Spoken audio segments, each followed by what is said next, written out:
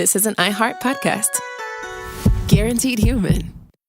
What if mind control is real? If you could control the behavior of anybody around you, what kind of life would you have? Can you hypnotically persuade someone to buy a car? When you look at your car, you're going to become overwhelmed with such good feelings. Can you hypnotize someone into sleeping with you? I gave her some suggestions to be sexually aroused. Can you get someone to join your cult? NLP was used on me to access my subconscious. Mind Games, a new podcast exploring NLP, aka neuro-linguistic programming.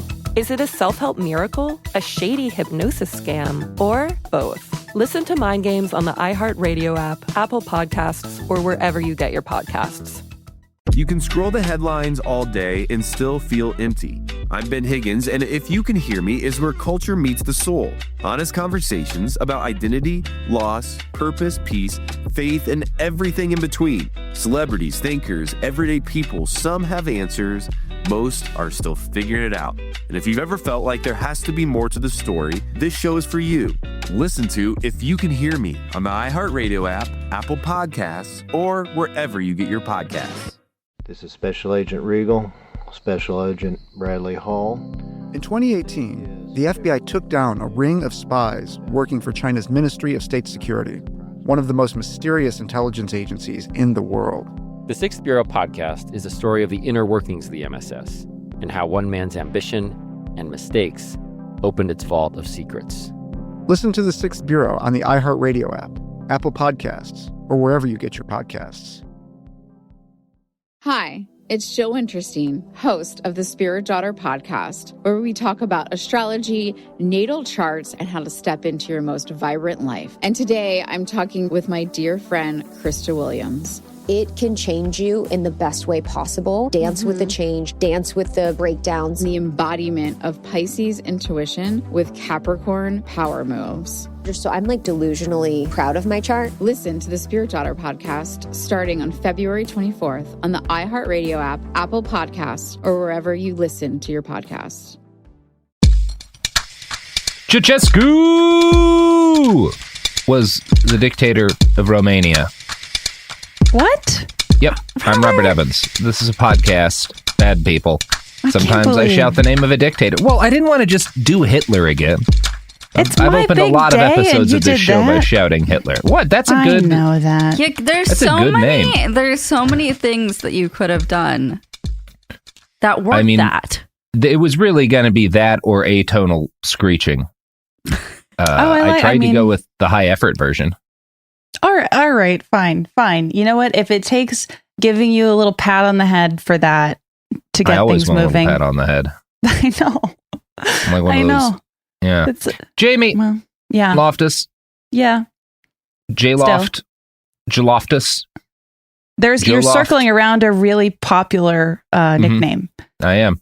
Yeah. Jamie, today we're doing a special Reverso episode of Behind the Bastards where you join the rarefied air of people who get to read episodes to me, because there's some motherfucker called Joey Chestnut and he eats hot dogs and you're angry about him, right? That's basically the pitch. That's not the pitch at all. Well, I don't know what the pitch is. There's a motherfucker named Joey Chestnut and I'm in love with him, but that has very little to do with what I'm going to be talking about today. So you've actually gotten the story 100% wrong. Joey Chestnut is someone that I love. Now, the bastard that we're you've been talking about Joey Chestnut for weeks, and I still have no idea who he actually is. Did you just say weeks? First of all, I'm offended. This has been a year of my life. But Sophie, weeks is all I ever remember back to. That's true. Okay, so Joey... we're off to a terrible start. Is it Joseph Chestnut if you're being formal? It's Joseph Chestnut if you're nasty. His dad's name, the best thing about Joey Chestnut is that his dad's name is Merlin, and that's just his given name. There's a motherfucker walking around named Merlin Chestnut. If you tell me his job is anything but foraging for mushrooms in the woods, I'm going to call you a liar. It's a close second. He's a public school music teacher, which I feel like fits Merlin Chestnut. The profile. Fucking Merlin Chestnut. Mr. Chestnut, my music teacher. So Joey Chestnut is not the bastard bastard we're discussing today, although he is intimately involved in the events that I will be describing. Joey Chestnut is, for those of you who don't know, the hot dog eating champion, and just in general, I believe, the eating champion of the world at this time. Most recently, he's like the Joe Frazier of putting a lot of things in his mouth and then not puking. Okay, that sounds a little dismissive of my husband's accomplishments, but go off. Joey, I saw Joseph this last year. He competes. Of course, in you did. He competes in the Nathan's Hot Dog Eating Contest on Coney Island on the 4th of July every single year going back to 2007. He's won 14 times. He's lost once. I will tell you why. It's a very funny reason. But okay. At this point, he's basically just competing with himself. He wins by a good 20 to 30 hot dogs every year. That's more hot dogs than a person should be able to eat right there. Just the margin he won by is too many hot dogs. Will you just toss out a number? How many hot dogs do you think I saw Joseph Elizabeth Chestnut eat on the 4th of July in 10 minutes this last year? I'm going to guess 60. It was 76. Jesus fucking Christ. It was 76, narrowly beating his own his former record of 75 from the previous year. Too many hot dogs. He is, well, okay, yes. But what led Joey Chestnut... strayed so far from God's light. First of all, that is my husband you're talking about. But I do see where you're coming from. There's so much to talk about when it comes to competitive eating. I can't possibly cover it all, so I'm narrowing it to American hot dog eating from the past 40 years. And the main bastard to discuss is a man named George Shea, closely matched by his younger brother, Richard Shea. So that is the topic. Shea. Dick Shea. Old Dick Cheese Shea. So that's the topic of today's episode. I've titled it George Shea, Hot Dog Villain. I couldn't do better than that. I'm sure that that is a good title. That's probably what we'll just put out as the title of the episode. That is, in short, who he is. Explain to me quickly, when did we start doing this as a species? When did we start having contests to see how many hot dogs a motherfucker could eat? It goes way back. There's so much to discuss in terms of hot dogs in general, how they relate to American culture. And I'll just say right at the top, I'm writing a book about it, which is why I know so much about it. This is you've been deep in hot dog culture for a while now. Oh, I've been as deep in hot dog culture for the last 8 months. So if you enjoy this episode, please buy my book that comes out next year. This is a very tiny part of it. It's a good question. There's no exact moment where eating contests became mainstream. They definitely, George Shea would have you believe they became popular at first in America, but they didn't. America very, very, very much ripped off the current competitive eating craze and kind of style and broadcasting tendencies from Japan, where it got very popular starting in the 90s. So it goes back hundreds of years, as does hot dog culture in general. I mean, sausages and ground up meat goes back to fucking BC. Now, yes. But yeah, as far as formally broadcast eating events, they're newer than sausage, at least, and America very much ripped off Japan in terms of how we do it. That's not an uncommon story. So, all right, okay, I'm ready to learn, Jamie. I'm ready to learn about this wonderful new subculture. I'm very excited to tell you about it. Please ask any questions at any time because it doesn't make sense. Yeah, I mean, my first question, which I would ask them, is what about the poops? That's got to be a problem for these guys, right? They are very cagey about the poops, Robert. I've been trying to find that out as well. They're very cagey about the poops. What I can say is that there's so much, like any athletic event, which I do believe this is.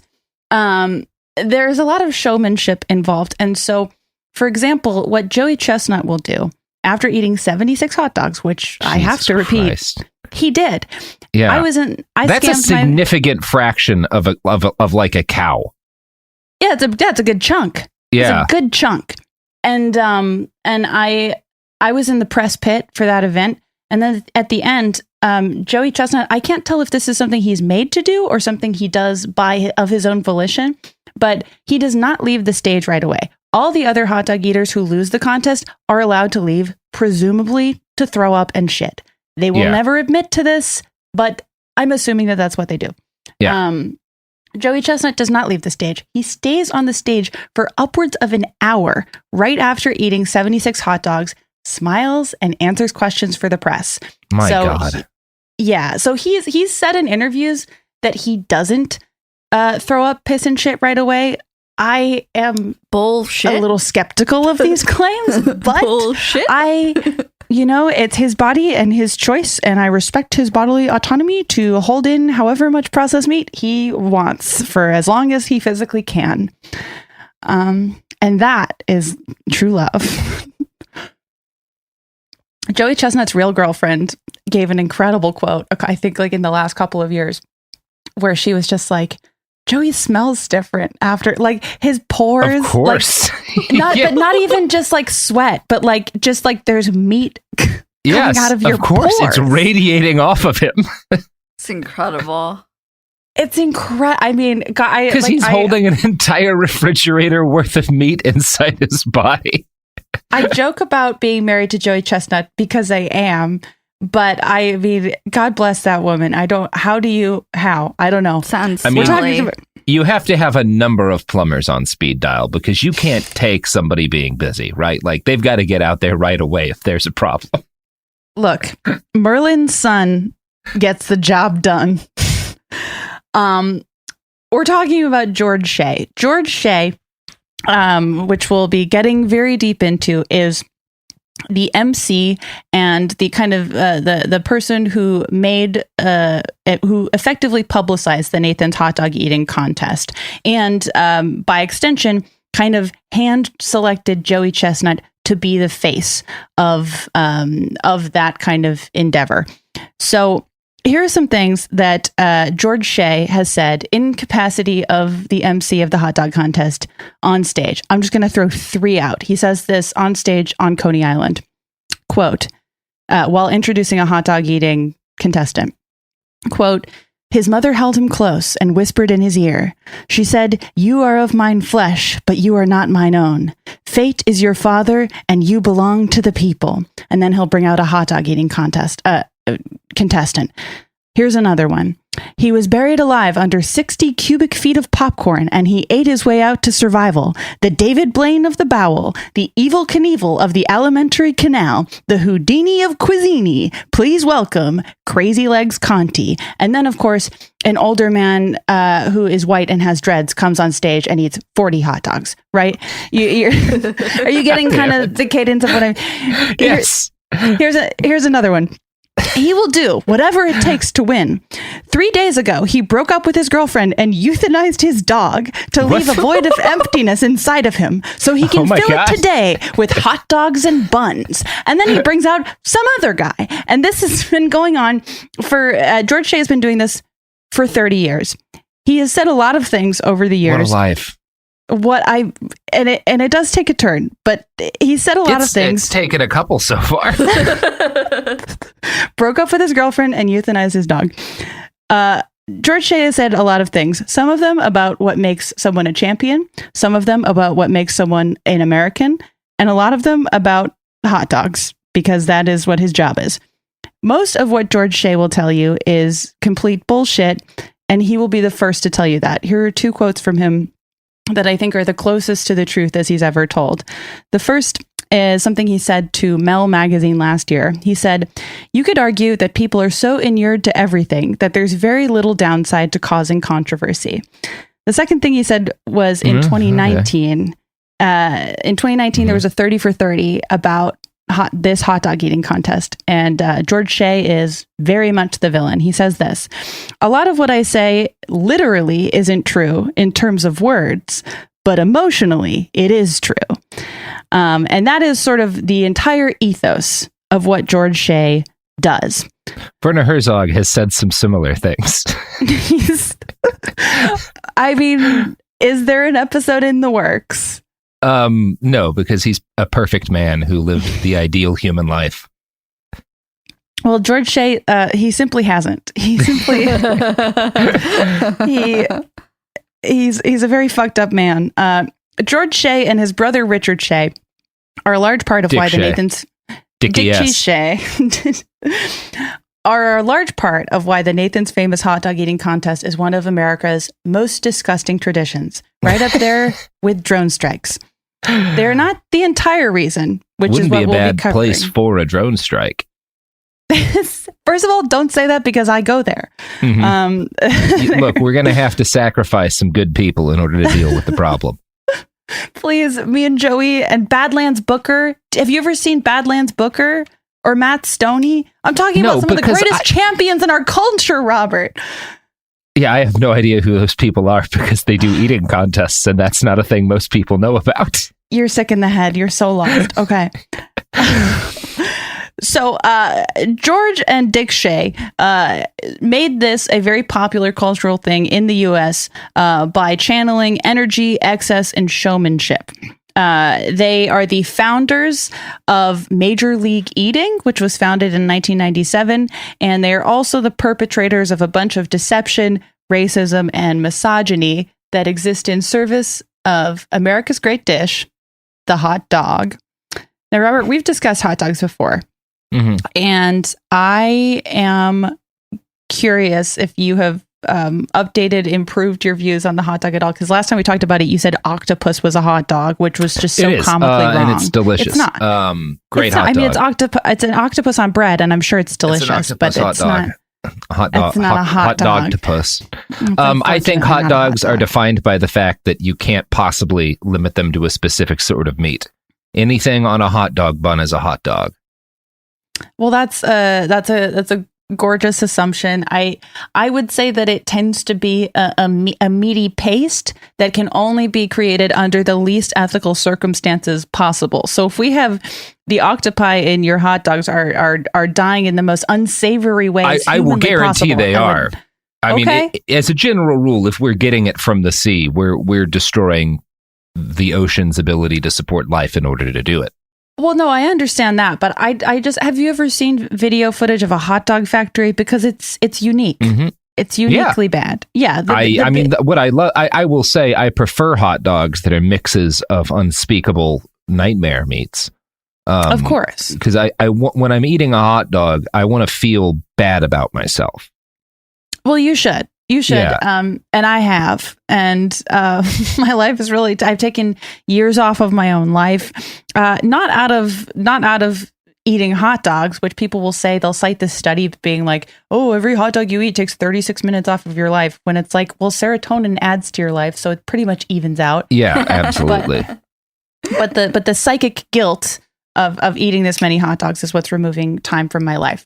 The Shea brothers they created Major League Eating into a marketable sport in the US, drawing heavily from the sport's early success in Japan. So today there's over 250 eaters who are registered with Major League Eating, and they've expanded to competing outside of hot dogs. They started with the Nathan's contest, but now they compete fucking everything. There are wings contests. There's pie eating contests. There's Joey Chestnut started with asparagus eating. That was his no, that poor woman. That was his breakout. That was his breakout moment, Robert. He ate asparagus in San Diego and ascended to a great man. There's calamari. There's ramen. There's everything. There's like hundreds of categories. And now Joey Chestnut's currently the face of Major League Eating, but it wasn't always that way. The Shea brothers grew up in the 1960s. George Shea was born in 1964 or 5 in Boston. Richard Shea is 4 years younger. They grew up in Maine with no particular interest in sports or competitive eating whatsoever. Richard Shea describes them as being very introverted teens who did amateur magic and listened to the Smiths and REM together. Well, that does make sense because the state sport of Maine is slowly waiting for death. I was about to say, I mean, I think that as far as teenagers in Maine, that's not that bad. Amateur magic, there's a lot of worse ways to go as a teenager. You stare into the gray skyline and wait for your life to end. That's what all the kids get up to in Maine. I spent a lot of time in Maine as a kid, and I never made a single friend. No, nobody has friends in Maine. It's not allowed. Your only friend is the echoing emptiness of the woods. But I will say the streets are paved with signed Stephen King books, and I do love that. That part is nice. Yeah, I do love that. So they grow up in Maine. George later enrolls in Columbia University in New York. He wants to be a fiction writer. This is a big part of the George Shea myth. He's a fucking dweeb. He's walking around listening to the Smiths and REM on his little cassette player. He's a huge fan of James Joyce and Flannery O'Connor, who he claims to this day are his biggest writing influences when he's writing the introduction to hot dog contests, which are, to his credit, sometimes very literary. So he wants to be a fiction writer, but he graduates in 1986 and has to get an adult job while he's working on a series of failed plays and novels that never get off the ground anywhere. But he starts living in New York and working for a series of pretty high-profile ad men.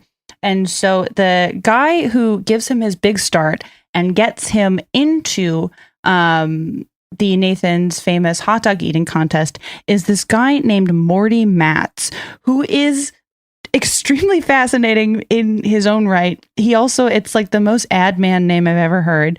So Morty Matz invented the Nathan's famous hot dog eating contest, although he denied this for years and years. Meanwhile, Dick Shea, who kind of fades in and out of this story, he went to Villanova and later he's kind of like riding George's coattails throughout this experience, this whole story. Oh no, Sophie's internet. We lost to Sophie. Okay, cool. Shit. Well, everyone, back at home, we lost Sophie. We lost Sophie. We're gonna go to ads now. Might as well. Oh yeah, do you want a product or a service maybe? Yeah, let's go check out ads while we see if those fucking assholes at Spectrum can get Sophie back on the internet. Wow, Robert, First they dropped Corncob TV and then they dropped Sophie. Motherfuckers. They think we're a bunch of dumb hicks, Jamie. That was a very professional pivot. I loved every second of it. Hi, this is Jill Winterstein, host of the Spirit Daughter podcast, where we talk about astrology, natal charts, and how to step into your most vibrant life. And I just sat down with a Minnie Driver. The Irish traveller said when I was 16, you're going to have a terrible time with men.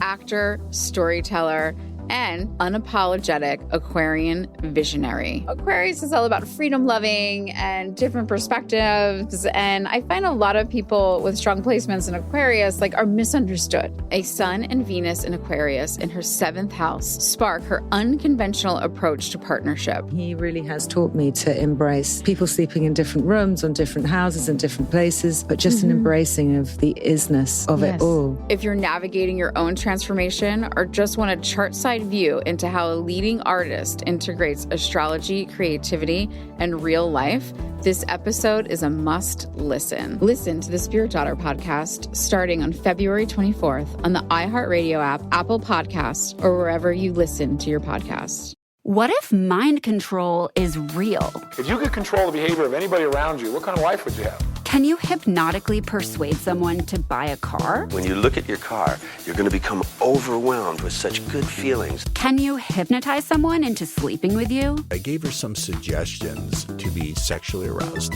Can you get someone to join your cult? NLP was used on me to access my subconscious. NLP, aka Neuro-Linguistic Programming, is a blend of hypnosis, linguistics, and psychology. Fans say it's like finally getting a user manual for your brain. It's about engineering consciousness. Mind Games is the story of NLP. Its crazy cast of disciples and the fake doctor who invented it at a New Age commune and sold it to guys in suits. He stood trial for murder and got acquitted. The biggest mind game of all? NLP might actually work. This is wild. Listen to Mind Games on the iHeartRadio app, Apple Podcasts, or wherever you get your podcasts. Welcome to the A Building. I'm Hans Charles. I'm Menelik Lumumba. It's 1969. Malcolm X and Martin Luther King Jr. had both been assassinated, and Black America was at a breaking point. Rioting and protests broke out on an unprecedented scale. In Atlanta, Georgia, at Martin's alma mater, Morehouse College, the students had their own protest. It featured two prominent figures in Black history, Martin Luther King Sr. and a young student, Samuel L. Jackson. To be in what we really thought was a revolution. I mean, people were dying. 1968, the murder of Dr. King, which traumatized everyone. The FBI had a role in the murder of a Black Panther leader in Chicago. This story is about protest. It echoes in today's world far more than it should, and it will blow your mind. Listen to the A Building on the iHeartRadio app, Apple Podcasts, or wherever you get your podcasts. What do you do when the headlines don't explain what's happening inside of you? I'm Ben Higgins, and If You Can Hear Me is where culture meets the soul, a place for real conversation. Each episode, I sit down with people from all walks of life, celebrities, thinkers, and everyday folks, and we go deeper than the polished story. We talk about what drives us, what shapes us, and what gives us hope. We get honest about the big stuff: identity when you don't recognize yourself anymore, loss that changes you, purpose when success isn't enough, peace when your mind won't slow down, faith when it's complicated. Some guests have answers. Most are still figuring it out. If you've ever felt like there has to be more to the story, this show is for you. Listen to If You Can Hear Me on the iHeartRadio app, Apple Podcasts, or wherever you get your podcasts.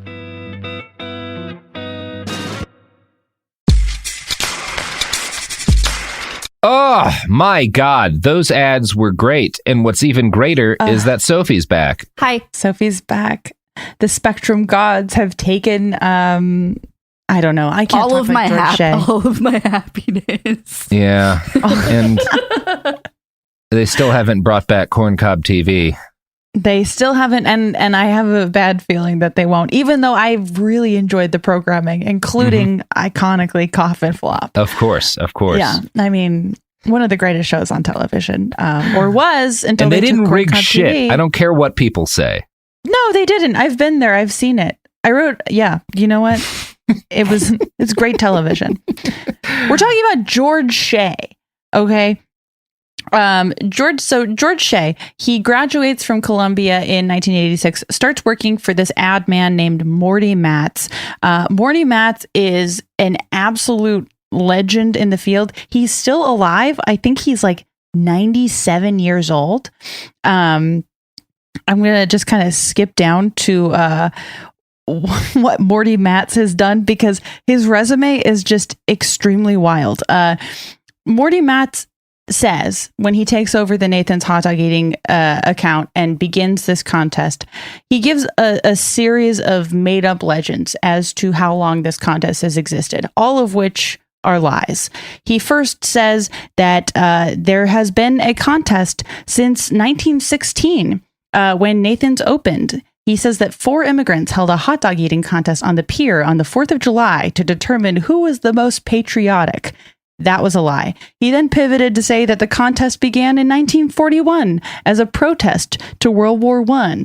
And that was a lie. Wait, World War I? In 1941? Sorry, World War II. Okay. Then he... What were they... okay. In 1941, if you're protesting World War II, you're probably not someone you would want to associate your sport with either. But look,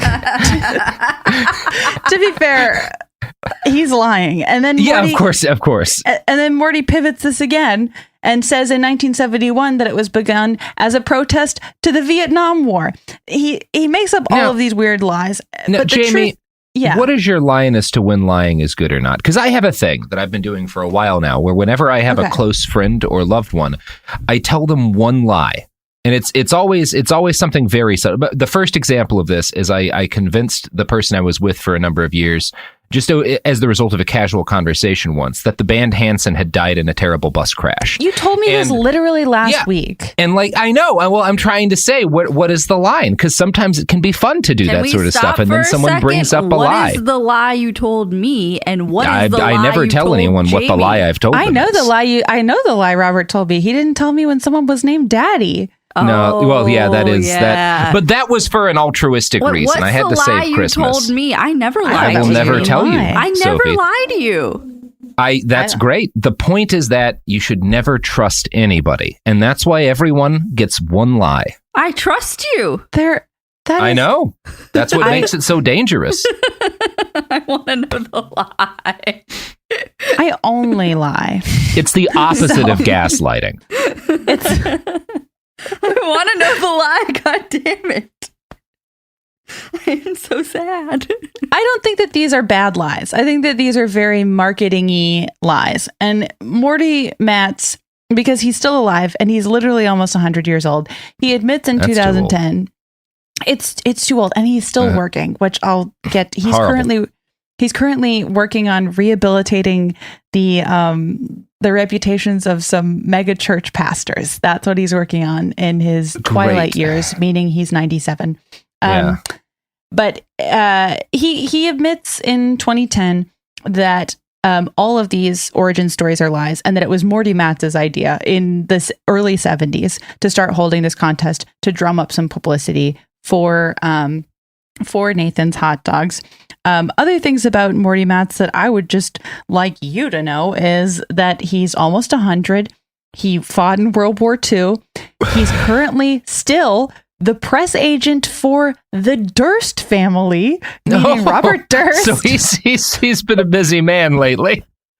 He's at work.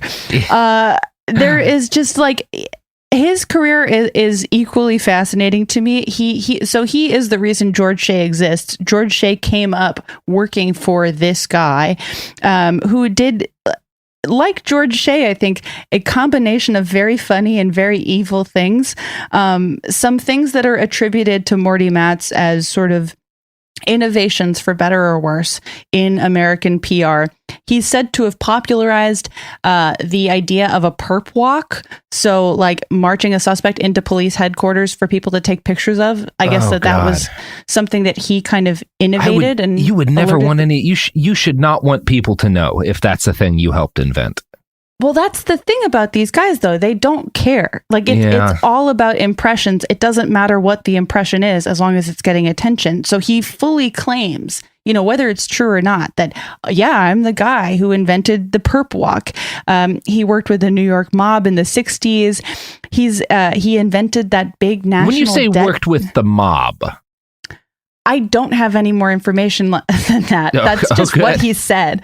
He's worked with, he worked a lot. I think he self-described gaudy adjacent mob is what was said. He invented the big national debt clock that was, I don't know if it's still there, but it was in Times Square for a very long time. He invented that with the Durst family. He invented the current route of the New York City Marathon so that it would go through more areas and get more press. He's working with mega church pastors now, and he created the Nathan's hot dog contest. He's done a lot of stuff, and his legacy is very all over the place. And I really am just should he still be alive? I don't know. Definitely not. I'm going to answer that one. I'm going to say maybe, he should have hung up his little hat a long time ago. But all that to say, he creates this myth around Nathan's hot dog eating contest. And already there's a lot of mythic qualities to the hot dog eating, or to the hot dog industry in general. It doesn't really fall under the purview of this story.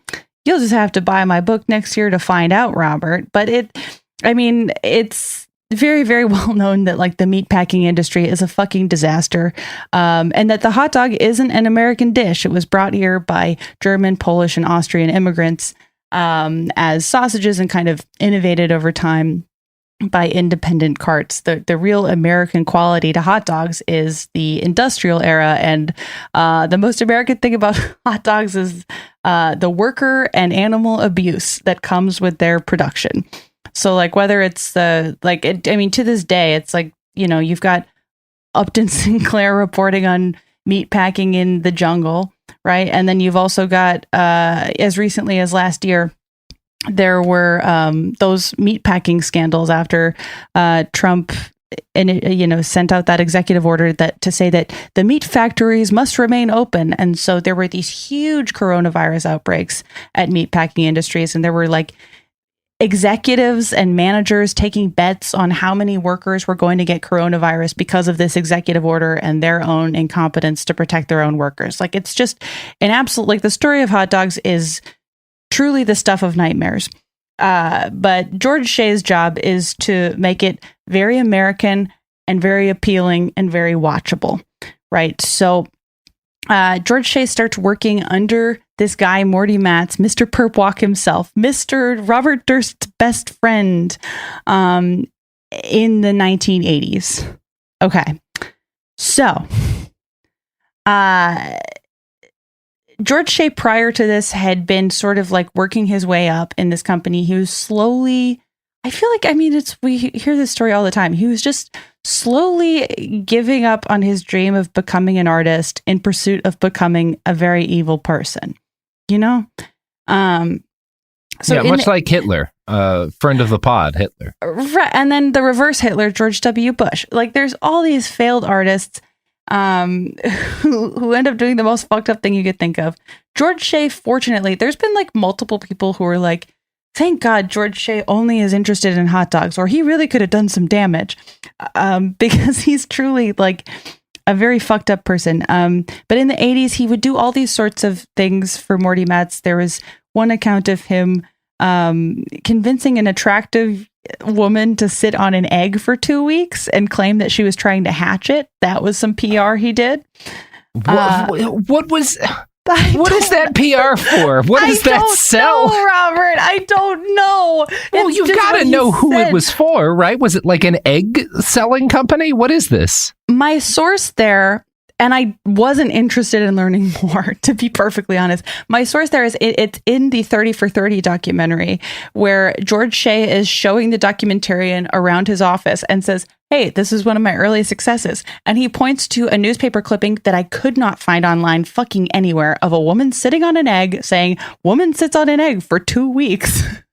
And he's like, this is one of my early successes. Wow. I'm assuming he was advertising eggs, but I don't know. Yeah, it must baffling. Okay, great. That's wonderful. I love this mystery. Listeners at home, find out what he was selling. Another thing he does is this is to promote Palisades Park. He puts an elephant on water skis. These are the things that he's doing to prove himself to Morty Matz, right? And it works. And Morty Matz, by the late 80s, early 90s, says, hey, I want to bring you in on the Nathan's hot dog eating account. Start coming to these contests that I've been holding since the 1970s. So this is the story that George Shea tells about how he came to take over this contest beginning in 1990. Again, George Shea is saying it, so it very well could be a lie, but this is what he says in 2021. He says that he first became more intimately interested in 1990 after noticing that a hot dog eating competitor was cheating during the contest. So he went up to his boss, Morty Matz, and said, hey, someone is cheating. We should do something about this. And then, quote, Big Morty told me to go over and get a cop to arrest the guy, which I thought was crazy, unquote. But basically what this taught him was it doesn't matter who wins. It just matters how much attention it gets the company. And it's with this mentality that George Shea takes over the Nathan's hot dog eating account in 1990. The first one he runs is in 1991. And by this time, Richard Shea was slowly starting to become involved as well. Some things that he did throughout the 90s before establishing Major League Eating and after. There was this huge scam he did where he wrote a scholarly article that he submitted to the New England Journal of Medicine called The Belt of Fat Theory. Yeah. I've heard of this from the King of the Hill episode about competitive eating. Yes. So that was a real thing. He basically made up this complete bullshit lie, submitted it to the New England Journal of Medicine, and then upon being rejected, got a ton of press for saying, I can't believe the New England Journal of Medicine doesn't think that the belt of fat theory is any good, to get more people to come to the contest. And it worked. It always works. That's fascinating. I mean, and also I think I kind of want to lie to the New England Journal of Medicine now too. Seems like a worthwhile thing. What's your lie of choice? I mean, you said one lie. Does that apply also to the New England Journal of Medicine, Robert? Yeah, I think I might try to get them to believe that Hansen died in a bus crash. I think that's of critical interest to them. The other major thing that he does before founding Major League Eating, the belt of fat thing came after, but before that, the critical innovation that he makes to this contest is that he invents a prize, which there wasn't previously. There was just a winner and then it's over. There weren't champions. It wasn't viewed as a sport. People weren't supposed to be invested in it year round. It was just kind of a yearly stunt. Yeah, it sounded like a lot more reasonable than what it's become. Yeah, but George Shea decided, you know what? I think this is going to be a sport. So he invented something called the mustard belt, which he made with an old belt, a bunch of paint from an art store, and rhinestones. He made it on the floor of his friend's apartment and just brought it to a contest in the 90s and said, this is, a symbol that you're now competing for, which very, very quickly increased interest in competing. There's kind of the idea of this WWE style belt that you could win for winning the contest. And I would say that the current Nathan's contest is equally built on Japanese competitive eating TV shows and the WWE, because George Shea's wife is a writer for the WWE, which is also endlessly interesting to me. She produces soap operas and writes for the WWE. This is just like the most pageant style family of all time. Incredible, really. It's very fucked. And it's also in the 90s that George Shea becomes the MC of these events. So, Robert, I made you look at a picture of this guy. Listeners, if you haven't seen a picture of him, I would Google the term George Shea hot dog. Yeah. There's a bunch of George Sheas in the world. Robert, how did you describe this man to me? He looks Can you describe him? Roger Stone dressed as the Riddler if the Riddler came from the antebellum South. And that's also kind of the vibe of his performance as well. So his job of MC, it's all energy. It's all very mythic overstatement. And his job is to basically bring on the most normal looking people in the entire world and make them sound like they're WWE wrestlers, which he's been doing for 30 years now, for better or worse, very effectively. But this is how George Shea describes what he does in 2021. He said, quote, "A guy eating a bunch of hot dogs is one thing, but a guy in a straw hat pounding the tables like an apocalyptic preacher is such a contrast that it really drew people in," unquote. So he developed this style of introducing competitors and attributing these very mythic qualities to him. So this is from the New Yorker in 2016. It says, Matt Stoney represents youth. George Shea says, youth is feral and it is vicious. Joey Chestnut is a hero. George Shea says he has God's username and password, which I think is awesome. Some of them are pretty good. And Sonia Thomas, who calls herself the Black Widow, is a villain. George Shea says she is the darkness driven ever westward by the rising sun. So it's just like this very dramatic performative style. Okay. By the late 1990s, George and Dick Shea founded Major League Eating, which still exists to this day. Dick kind of stays in the background, although later on he will begin to work as a color commentator on ESPN when they start to broadcast them nationally.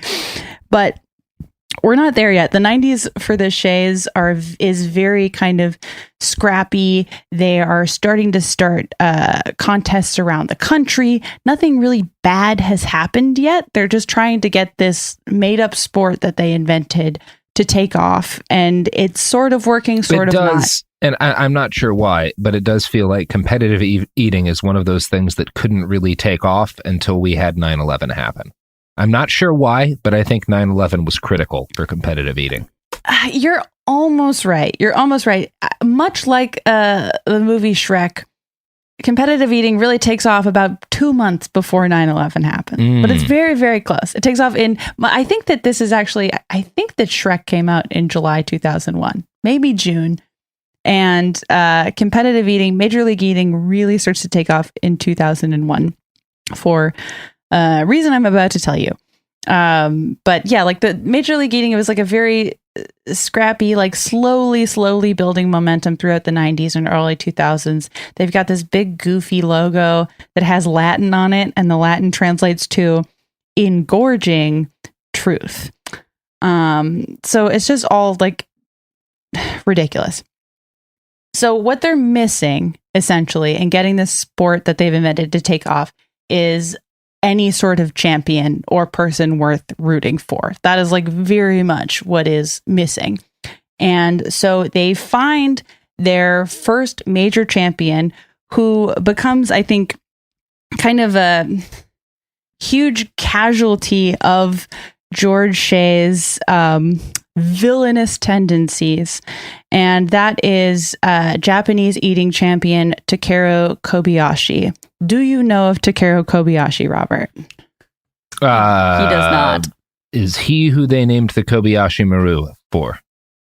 I don't know. I think I don't know what you're talking about. What's that? That's fine. No, I don't need to explain things. Please continue. I very much know who Kobayashi. So Kobayashi, he was a very, very popular figure in America for a span of like 5 to 7 years. Mm-hmm. But he's a Japanese eating champion who first begins to compete in America in 2001.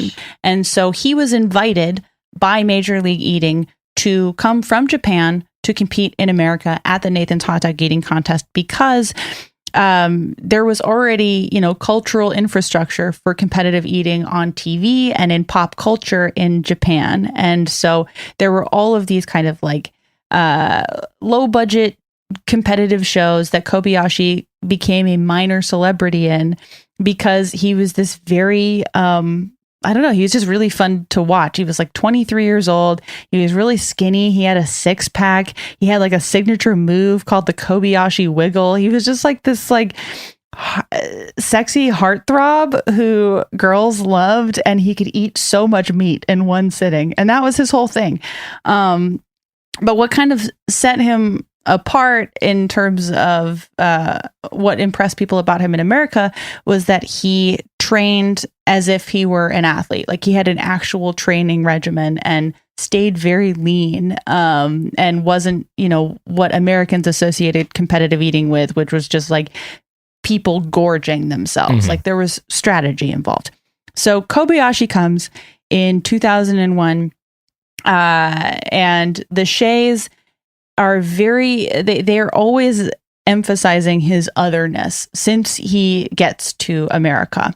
They're emphasizing, oh, look at this skinny kid. He says he can eat 50 hot dogs. What a liar, all this stuff.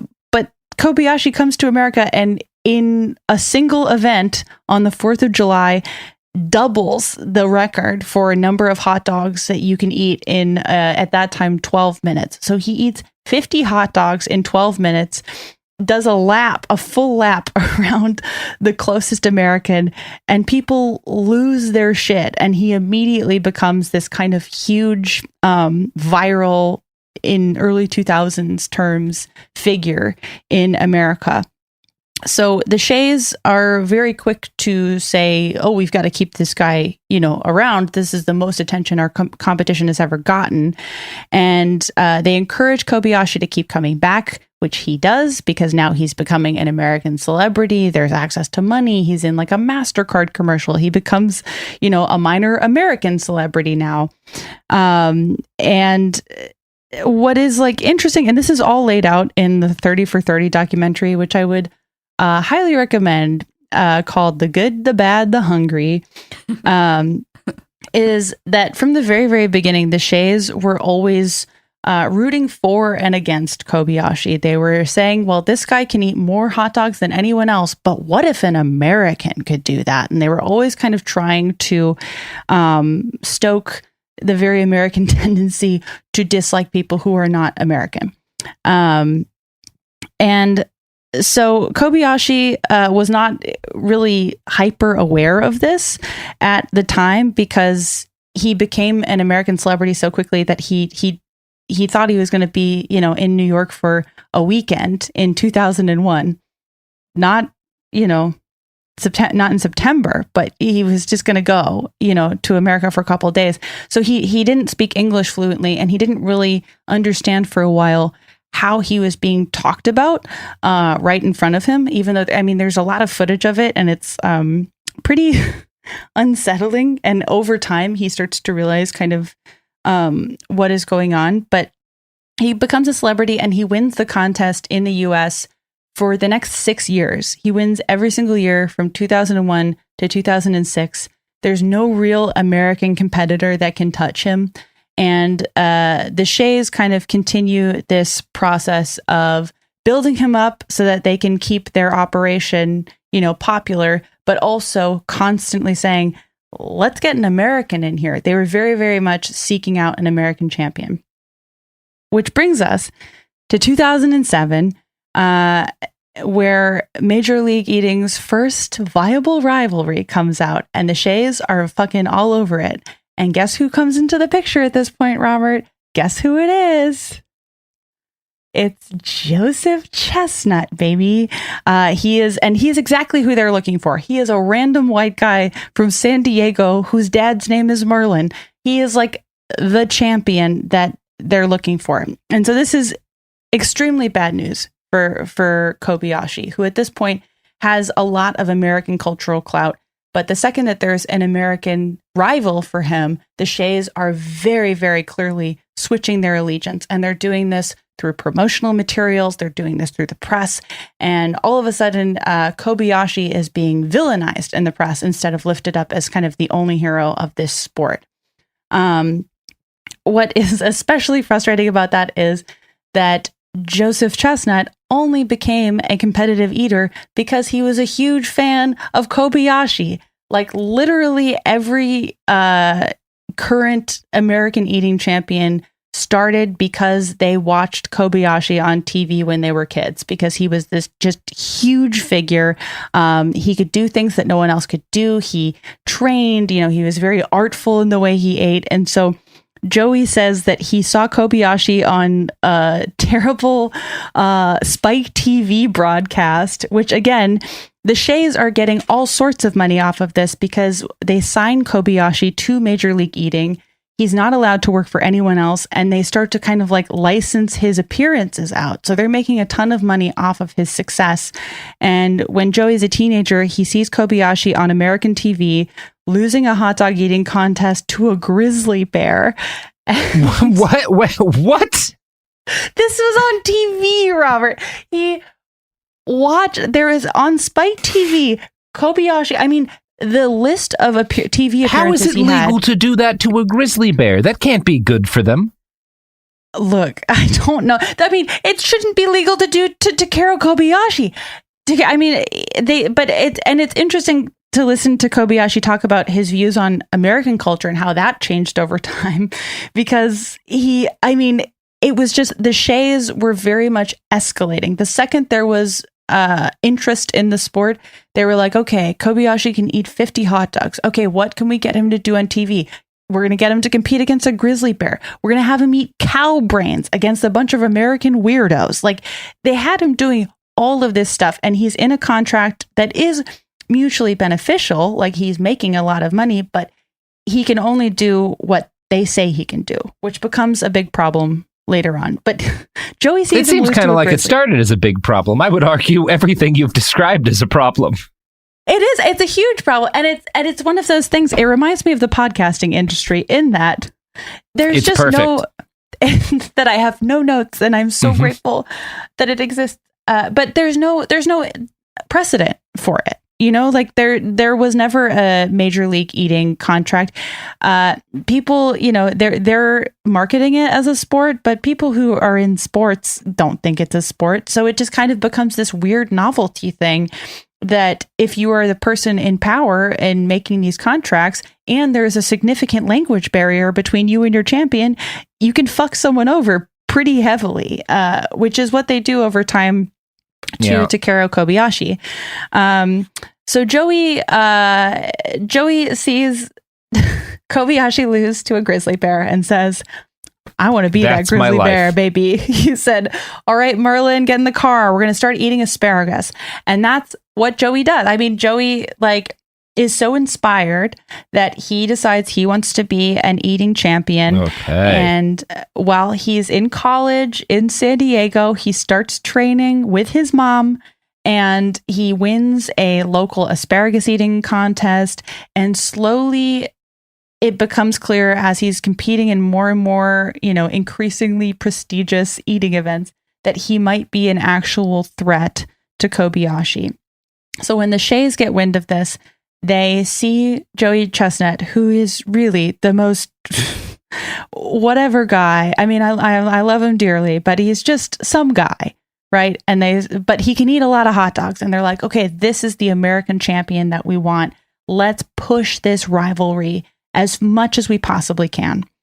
And so by 2007, there is an established rivalry between Joey and Kobayashi, and they're pushing it. And at this point, beginning in 2003, off of Kobayashi's popularity in the US, ESPN begins broadcasting this event every year. It's been on ESPN every single year since 2003. They split it by gender in 2011, which I'll get to because there's no reason to do it and it's fucked up. But they broadcast the men's competition on ESPN, and they broadcast the women's competition on ESPN3 because, well, you know. But anyways, as of 2007, all genders compete in the same contest. So the big three competitors in this contest that the Sheas are pushing are Kobayashi, Joey Chestnut, and Sonia Black Widow Thomas. And Joey beats Kobayashi. And this is a huge turning point in the sport, but only because it very much changes the way that the Sheas approach marketing their now two champions. So Kobayashi doesn't quite understand this at first. He was at first like kind of excited to have someone to compete against because it was, I guess, kind of like bored. Like they had to keep pitting him against animals because no one could compete with him. But now all of a sudden, well, there's this guy he can actually compete with. And he was kind of excited about it, only to find that very, very quickly, the tide changed at the Shea's, you know, encouragement to being as racist to Kobayashi as you could possibly be in service of Joey Chestnut becoming the American champion. So Joey wins in 2007, and immediately the crowd turns on Kobayashi, and the Sheas are encouraging it. They're saying all sorts of, I don't want to say what they were saying. It was very racist and immediate, and they're draped in American flags, shouting USA, USA to Joey Chestnut, and kind Jesus of Christ. Right. And it's like in a single moment, you know, Joey is like changed from some guy from San Diego into a symbol that is very much not within his own control. And the Sheas are in control of that symbol. And so, you know, after 2007, Kobayashi is the extremely other non-American enemy, and Joey is the American champion, right? That's great. The thoughts? I mean, it makes sense that like they would abandon the guy who had made them all of this money as soon as there was a chance at having an American and like use him cruelly, because it seems like that's exactly the kind of people they are. I don't know. It's wild that competitive eating sounds more or less exactly like the WWE. For sure. There we go. But you know what isn't unethical? What? To its workers. Oh, no. The podcasting industry. Uh-huh. For sure. And you know what that's supported by? Oh, okay. I was like, where is this going? These products and services. Exactly. God bless. USA, USA. Yeah. Hi, this is Joe Winterstein, host of the Spirit Daughter podcast, where we talk about astrology, natal charts, and how to step into your most vibrant life. And I just sat down with a Minnie Driver. The Irish traveler said when I was 16, you're going to have a terrible time with men. Actor, storyteller, and unapologetic Aquarian visionary. Aquarius is all about freedom-loving and different perspectives, and I find a lot of people with strong placements in Aquarius are misunderstood. A Sun and Venus in Aquarius in her 7th house spark her unconventional approach to partnership. He really has taught me to embrace people sleeping in different rooms, on different houses, in different places, but just an embracing of the isness of it all. If you're navigating your own transformation or just want a chart-side view into how a leading artist integrates astrology, creativity, and real life, this episode is a must listen. Listen to the Spirit Daughter podcast starting on February 24th on the iHeartRadio app, Apple Podcasts, or wherever you listen to your podcasts. What if mind control is real? If you could control the behavior of anybody around you, what kind of life would you have? Can you hypnotically persuade someone to buy a car? When you look at your car, you're going to become overwhelmed with such good feelings. Can you hypnotize someone into sleeping with you? I gave her some suggestions to be sexually aroused. Can you get someone to join your cult? NLP was used on me to access my subconscious. NLP, aka Neuro-Linguistic Programming, is a blend of hypnosis, linguistics, and psychology. Fans say it's like finally getting a user manual for your brain. It's about engineering consciousness. Mind Games is the story of NLP. Its crazy cast of disciples and the fake doctor who invented it at a New Age commune and sold it to guys in suits. He stood trial for murder and got acquitted. The biggest mind game of all? NLP might actually work. This is wild. Listen to Mind Games on the iHeartRadio app, Apple Podcasts, or wherever you get your podcasts. Welcome to the A Building. I'm Hans Charles. I'm Menelik Lumumba. It's 1969. Malcolm X and Martin Luther King Jr. had both been assassinated, and Black America was at a breaking point. Rioting and protests broke out on an unprecedented scale. In Atlanta, Georgia, at Martin's alma mater, Morehouse College, the students had their own protest. It featured two prominent figures in Black history, Martin Luther King Sr. and a young student, Samuel L. Jackson. To be in what we really thought was a revolution. I mean, people were dying. 1968, the murder of Dr. King, which traumatized everyone. The FBI had a role in the murder of a Black Panther leader in Chicago. This story is about protest. It echoes in today's world far more than it should, and it will blow your mind. Listen to the A Building on the iHeartRadio app, Apple Podcasts, or wherever you get your podcasts. What do you do when the headlines don't explain what's happening inside of you? I'm Ben Higgins, and if you can hear me is where culture meets the soul, a place for real conversation. Each episode, I sit down with people from all walks of life, celebrities, thinkers, and everyday folks, and we go deeper than the polished story. We talk about what drives us, what shapes us, and what gives us hope. We get honest about the big stuff, identity when you don't recognize yourself anymore, loss that changes you, purpose when success isn't enough, peace when your mind won't slow down, faith when it's complicated. Some guests have answers. Most are still figuring it out. If you've ever felt like there has to be more to the story, This show is for you. Listen to If You Can Hear Me on the iHeartRadio app, Apple Podcasts, or wherever you get your podcasts.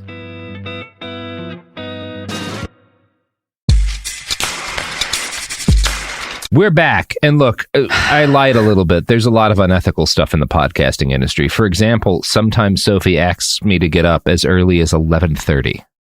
Okay, that's, first of all, violence against Roberts, and I know. I won't stand Horrible. for it. Second of all, we just found out a few minutes ago that you are a liar, so...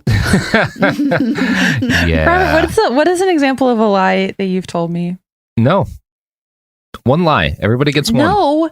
Was my lie the daddy thing, or is it a different lie? No, that was for a utilitarian purpose. I had to do that for everyone's sake. Go categorizing your lies like that. That's bullshit. It's called categorizing, and I do it all the time. Does my lie have anything to do with Anderson?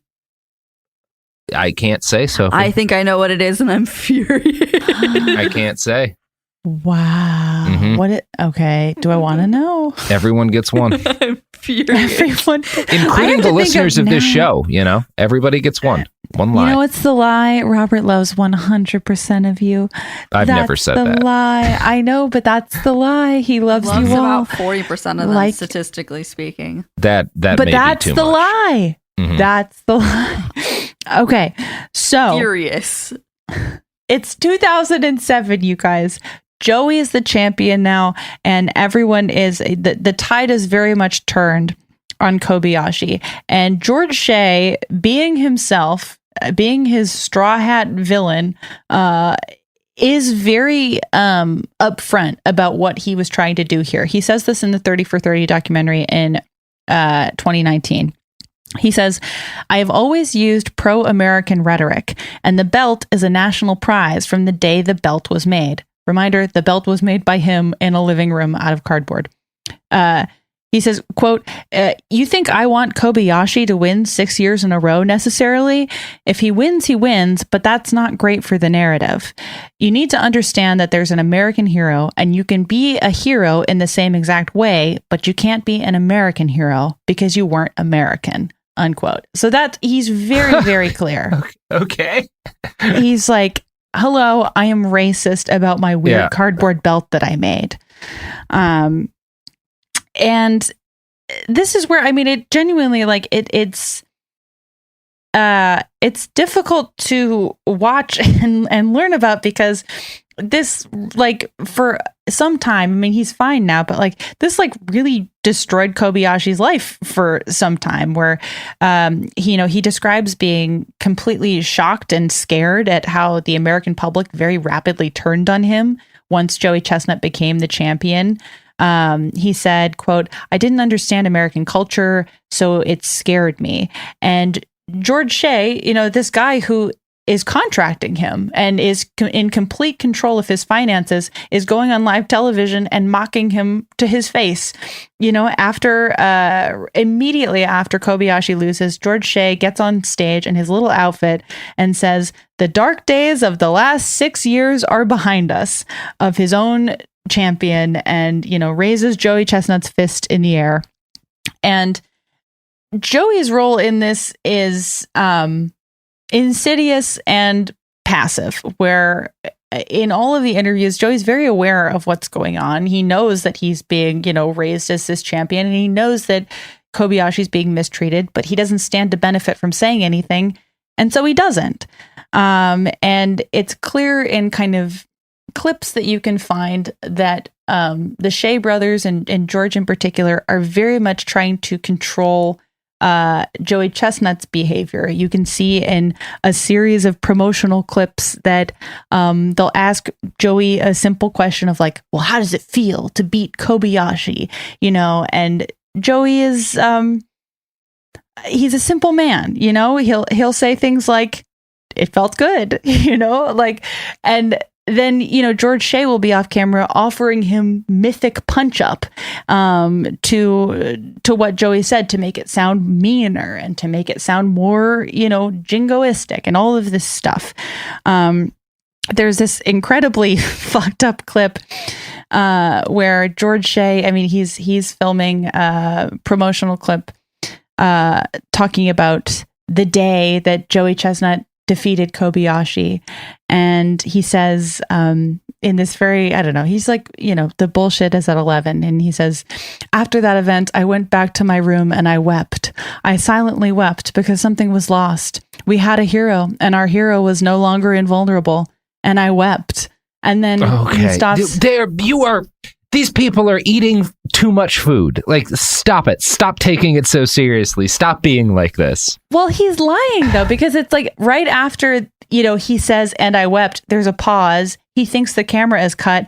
And then he starts laughing because he's making it all up. And he's doing it to humiliate Kobayashi and elevate Joey Chestnut because he doesn't give a shit. And he just wants people to watch the fucking broadcast. Like it is like a level of, I'm certain that he's a jingoistic racist person, but there's like a level of lawlessness here that really, uniquely unsettles me, where it's like, it's kind of hard to know what he thinks about anything because he'll just say whatever he needs to say to get attention. Like his views could be anything.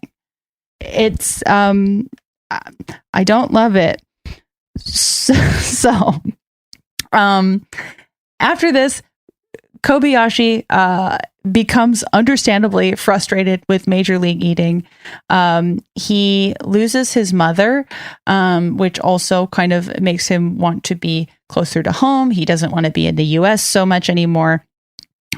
He's also being actively mistreated by people in the US. People are like cornering him on the streets of New York and screaming USA in his face. And he's saying like, I felt unwelcome. I was shocked. They used to cheer for me. And I started to feel like I wasn't welcome in America anymore. So he wants out. He's not being treated well in this contract. There's been this WWE style heel turn that he has not consented to, and people are treating him like shit.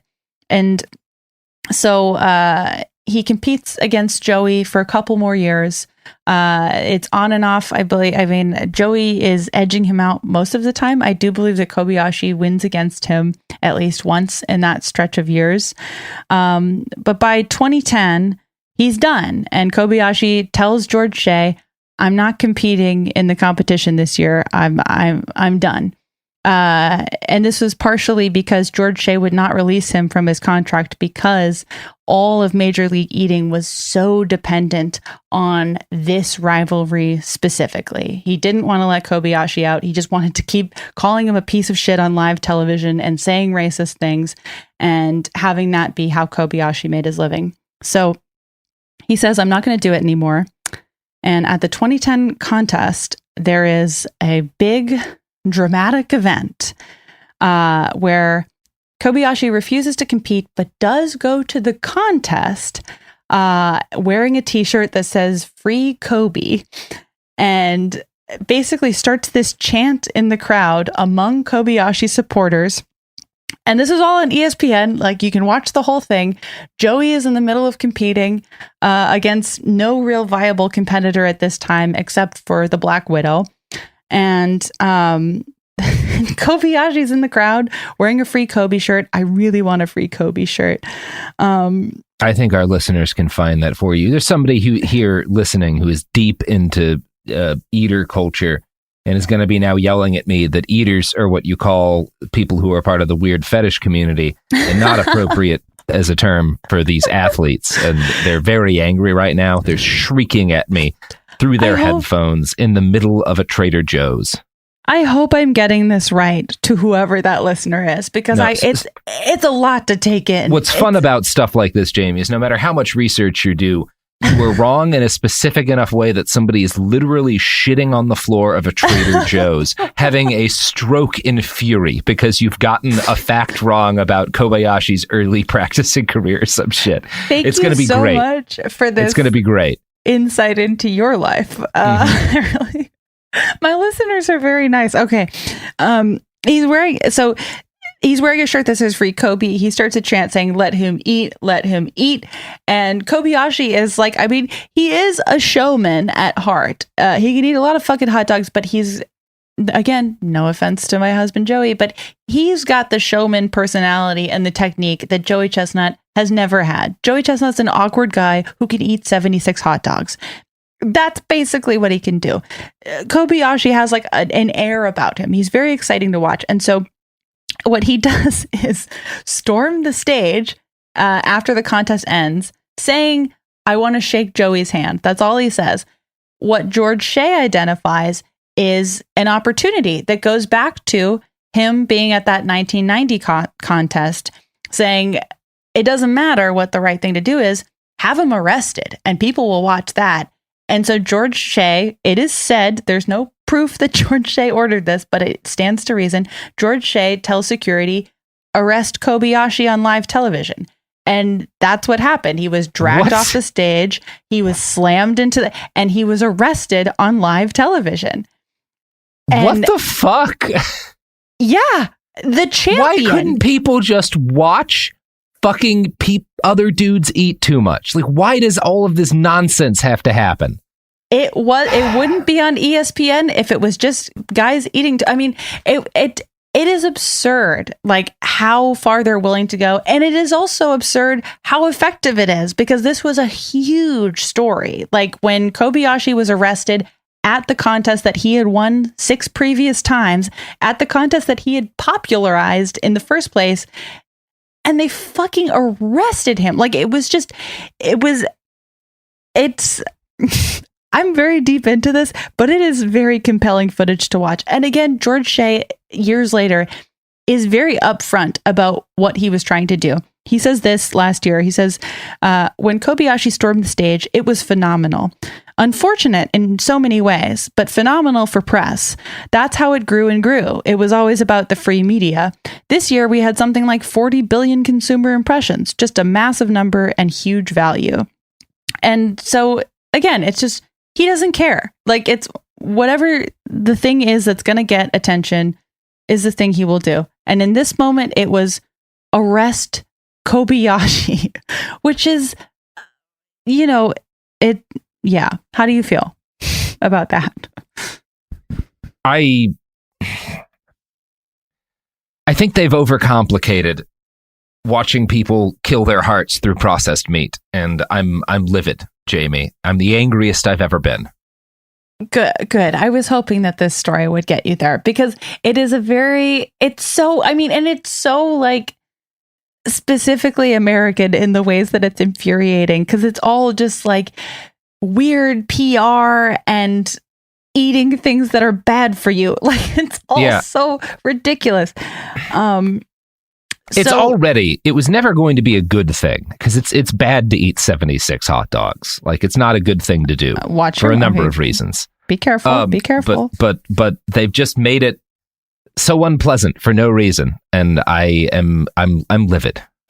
Do you understand now, though, why people say that it's good that George Shea only applies this skill of evil to hot dogs? Because imagine this somewhere else. It was yes, I am glad that he stayed out of politics. I guess people like him are going to do damage somewhere, and maybe siloing off them to the competitive eating community is better than some things. But I mean, the main person who's screwed here is Kobayashi, who I love. Kobe, free Kobe. He's devastated by this happening, obviously. He says, I thought the U.S. was a place where people would be recognized as an American hero because of their achievements. And I thought that where you came from and what race you are had nothing to do with it. And Joey Chestnut said in response to this entire event, maybe I lack a little empathy. Because Joey Chestnut, I mean, he's not the bastard on the chopping block here, but he doesn't say anything. He doesn't say anything in Kobayashi's defense, in spite of the fact that Kobayashi's the only reason that he's even doing what he's doing. He very much goes with the flow with the Shea brothers every single time. So, okay. So that's kind of the extent of the men's contest. To this day, I mean, ever since Kobayashi left the sport, Joey has lost one time, and I will tell you why now. It's very funny. After Kobayashi's gone, Joey Chestnut to this day is the face of the company. The Sheas love him. He plays ball with fucking whatever. He makes, like $200,000 to $300,000 a year, competitive eating. He's got a vanity mustard line. He loses once in 2015, and it is very funny. In 2014, he proposed to his then girlfriend on stage immediately before eating 70 hot dogs. She says yes. We're all like, woohoo, and George Shea facilitates the proposal. It's all very weird and corporate. 2015, Joey Chestnut shows up to the event, and you find out through a series of very funny ESPN color commentary that the wedding was called off. And she dumped him. Good for you. Clear. Good for you, honey. She was said to have been his trainer. You got to wash that man right out of your hair. And Joey is so upset that he was dumped that he loses to my other hot dog eating crush, Matt Stoney, who's a very popular YouTuber who's objectively just a very good looking person. But he loses to Matt Stoney in 2015 and then does that thing that scary people do sometimes, that he was so upset that he lost to Matt Stoney, the competitor associated with youth, that he spends the next year getting absurdly good at eating hot dogs and then comes back the next year and has been undefeated since. And he has a new girlfriend now, which I'm assuming he balances in his marriage with me. She says he smells like too much meat, but they seem to love each other. I don't know. I ordered some of his mustard. It's not my business. Quick Jamie, word. Why are you enabling this? Is what I want to know, because you may be kind of the bastard here yourself. Why are you enabling this horrible industry? Why am I enabling the hot dog industry? Well, no, not the hot dog industry, the competitive eating industry. I'm fine with the hot dog industry. Well, there's so much about the competitive eating industry I haven't gotten to cover here because it doesn't pertain to George Shea. For example, so many people in the hot dog eating community are fucking each other. It's fascinating. There's horny community. You would have to just fuck other hot dog people because the meat smell is going to be a problem for anyone else. Robert, literally. So I went to the contest this year. The current women's champion could not compete because she was 8 months pregnant with another hot dog eater's baby. This shit goes deep. It is a fascinating subculture, and I can't let it go. They're just ordinary folks doing the worst thing they can think of for not even a lot of money. One of the worst things I can think of doing to yourself is this entire sport. It takes a lot for me to be like, well, I guess football doesn't sound so bad anymore. A little bit of CTE here and there. I still think, if you watch clips, which I know you're not going to, Kobayashi really... absolutely not. It peaked with the Kobayashi chestnut competitions. Take the Sheas out of it. Their competitions were very exciting when they were pure. And it was just like two guys trying to see who can eat the most meat. It's very fun to watch. Their techniques are very different. They're whatever. Okay. Sure. I have to tell you one more thing about George Shea. And it pertains to how he doesn't like women either. So there is a champion who is a woman for some time in this same era of Kobayashi and Joey Chestnut. Her name is Sonia Thomas. She's really cool. She also came into the sport after seeing Kobayashi on TV. She's a naturalized U.S. citizen. She came from South Korea. She managed a Burger King at Andrews Air Force Base in Maryland and was like, I can eat a lot of Burger King. Let me see if I can eat a lot of hot dogs. And she got really fucking good at eating a lot of hot dogs. And she was consistently the second and third place in an all genders competition for years. But in 2011, the Sheas decided that they wanted to separate the contest by gender. There was no reason given for why this was, other than just misogyny, because every other competitive eating contest in the country at that time was not separated by gender because there was no reason to do that. Yeah, there's no why would you ever think that's necessary? Stomachs is stomachs. Yeah. And Sonia Thomas, I mean, there was a huge, like, she had this real kind of like run in the mid 2000s of like, she was beating Joey Chestnut all the time, and she was beating Kobayashi, and like she's kind of erased from the main narrative, but she was a huge competitor who was just like very fun, and like she loved the Backstreet Boys and the Carpenters, and she worked at Burger King. Like she was just America's not ready for a woman who can eat a lot of hot dogs. We're 20 years away from being able to accept that fully. Clearly not, because it was like all the press around her was very misogynist. Like in every piece written about her, she was it was written about like she had an eating disorder, as if every hot dog competitor doesn't have an eating the disorder. Entire sport is an eating disorder, people. Like all of them have one. Yeah, it is a professional eating disorder, but they would only attribute it to her. 76 hot dogs, that is an eating disorder. I mean, she's still around. She stopped competing after a while, but she is very petite. The first time she won, she weighed 99 pounds and ate 37 hot dogs. Like she's very petite. But that is a significant amount of her body weight in hot dogs consumed. It is quite I think it's more impressive that she can do that than Joey or Kobayashi can do fucking anything. But whatever. Like, so beginning in 2011, the Sheas decide, actually, and this is after Kobayashi's departure from the sport, we want to separate men and women. They give no reason, and they immediately move the women's competition to ESPN3, where no one will ever see it. They changed the belt from a mustard belt to like this pink pussy shaped thing. And they cut the prize money by 75%. So that if you are a woman who can eat the most hot dogs, which Sonia Thomas always was, you would only get $2,500 as opposed to the $10,000 you get if you win the main contest on ESPN. The Sheas put a lot of pressure on Sonia Thomas to endorse this decision and sort of posit it as a good thing. And she made the point at the time saying, maybe this will be good. Maybe more women will get involved in the sport. This is fine. I don't feel the need to ask for more money. But it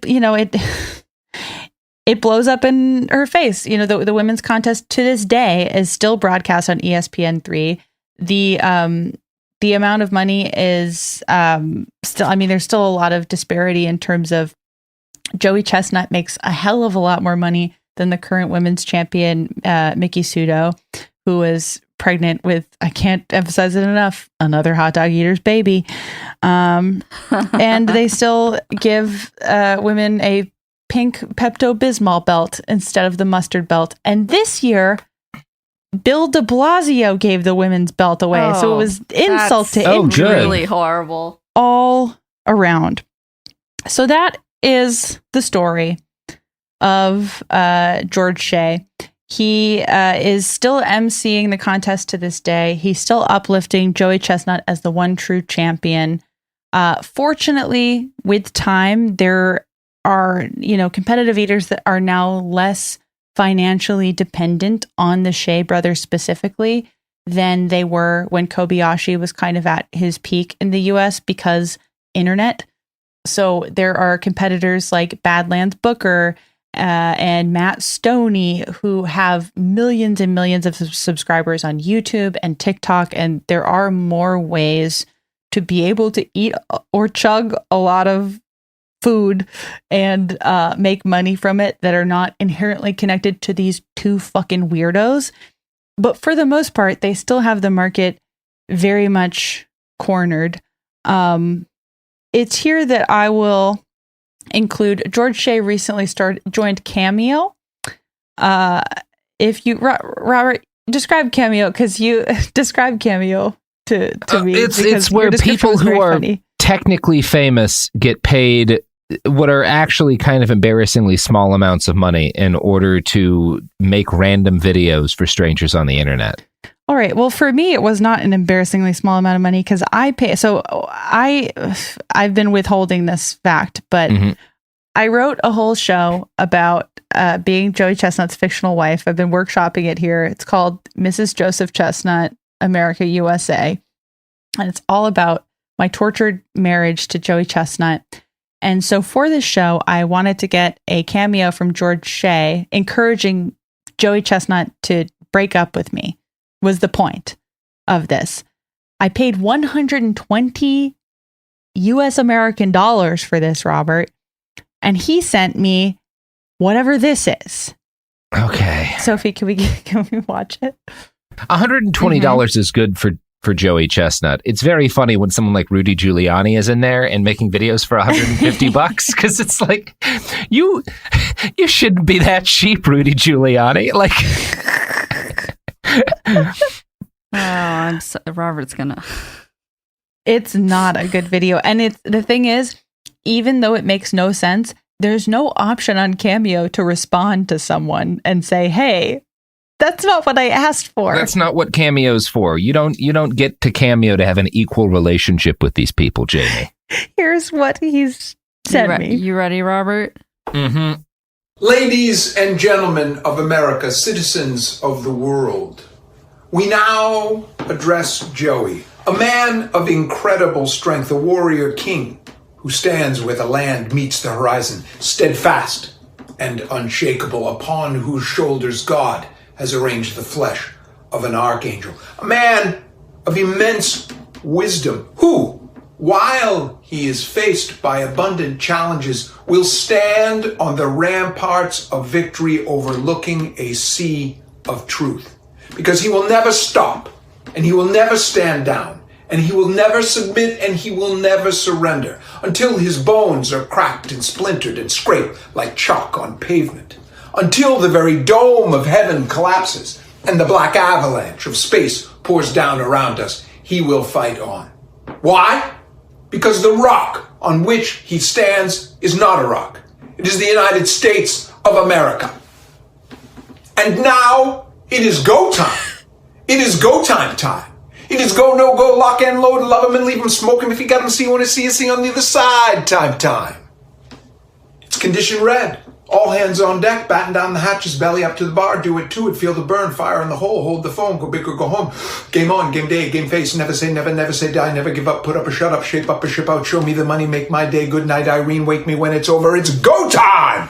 Onward! From Jamie.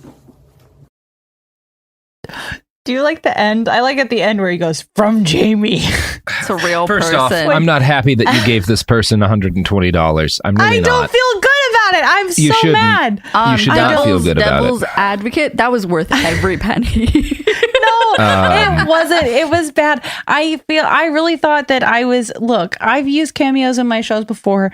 I used a Heidi Montag cameo in my last show to great Boss effect. Woman's Girl, I remember. It was wonderful. To great effect. George Shea, what was that? That we just heard? We just heard someone have a meltdown. I know that. I mean, it's, I guess, an element of it's competent showmanship, but also it's the kind of showmanship you have when your sport is incredibly boring and you feel like you have to throw a bunch of nonsense in there because all it actually is watching people eat fucking hot dogs. Okay, first of all, again, Yep. I feel the I'm need not to on say, the pro- watch your fucking mouth. Yeah. This is going to be there's going to be a lot of people messaging me after this being like, Robert, I love your show, but I also have been a fan of competitive eating for years and I need you to know why you're wrong. And I'm just going to let you know now, not going to read those emails, people. I do feel like there is significant crossover between your audience and people that like competitive eating. And that's not an insult because I am that audience. The thing is, I do believe that it is a sport, and I believe that it is a sport that is run by two fucking weirdos that shouldn't be in charge of the sport. And I believe that Joey Chestnut is a complicit, he's half complicit and half trapped, and free Kobe is how I feel. I want to share one more quote from George Shea, and then I'm going to absolutely die. Yeah. So again, this boils down to one man and his younger brothers desire to, just create a bunch of bullshit where it doesn't need to be and have it be extremely successful. So last year, George Shea says in an interview to Mel Magazine, he says this, humans can't understand something without a narrative, so we'll make one up in the absence. And that's a very powerful thing. And ultimately, I think that's what he does. He creates a narrative where one doesn't need to be to get people excited and upset. And he's very good at it. And he'll weaponize the worst of people in order to do it. And that's the story of George Shea. Well, I hated this, Jamie. It actually feels great to hear you say that. I feel like that means I did an okay job. Yeah, you did a wonderful job. I don't like these people, and I don't like what they're doing. They're bad. Maybe we shouldn't have food. Maybe that's not a thing we get to have anymore. You know what's cool though is that Kobe still competes, but he competes in a different area of New York against nobody. He just eats a ton of hot dogs with his friends and community. He regularly quietly has an eating disorder. No, he did. No, it's community. It's exciting. It's community eating. He didn't. What the exciting that you were giving the negative twist to that story. I'm going to give the positive twist. Do people pay to watch him eat? No, it's just a community. A club? No, it's just like a community event that he and his wife put together of it's free food for everyone who shows up. And then Kobe eats a ton of hot dogs because that's what he's famous for. And that's what he's really, really good at. And so I thought it was that's fine. Cool to see him, they didn't make him quit. He still does it. And now he does it for himself. I'm happy for him. They didn't take away the thing he loved the most. I would eating a lot of meat. Yeah, I do think people have the right to want to eat a lot of meat. I just find all of this deeply off-putting, Jamie. Free Kobe. I'm glad that Kobe's doing better though. Not a fan of Joey Chestnut's though. Look, Joey Chestnut is Look, also Joey Chestnut absolutely has the name of a character in an I Think You Should Leave sketch. Yeah. It is, and that is just his name. And then the further you go up the family tree, the scarier the names get. Merlin Chestnut. Come on. If you want to see something really fucked up, which I know you don't, but the videos of Joey Chestnut, because there's no protocol for how you should train to eat 76 hot dogs. So Joey Chestnut's just doing freeform jazz on how you would prepare for something like this. And there's these horrifying video clips of him he does sit-ups, but he does sit-ups where he's gulping air. He's trying, and then he chews on a little plastic ball for 20 minutes a day to get his jaw all limber. And he does all these I guess it works, but to what end? I do think that ultimately Joey Chestnut is not an ethically good person. But on the other hand, I think he is being forced to kill himself for our entertainment. And I think that is very sad in its own way. I guess, yeah, that's sad. All of this is bad.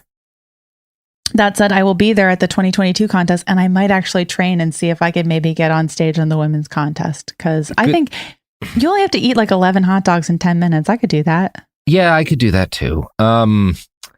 There you go. But no, Come with me. I don't support this. But Let's train I hope together. It'll you survive eating all those hot dogs.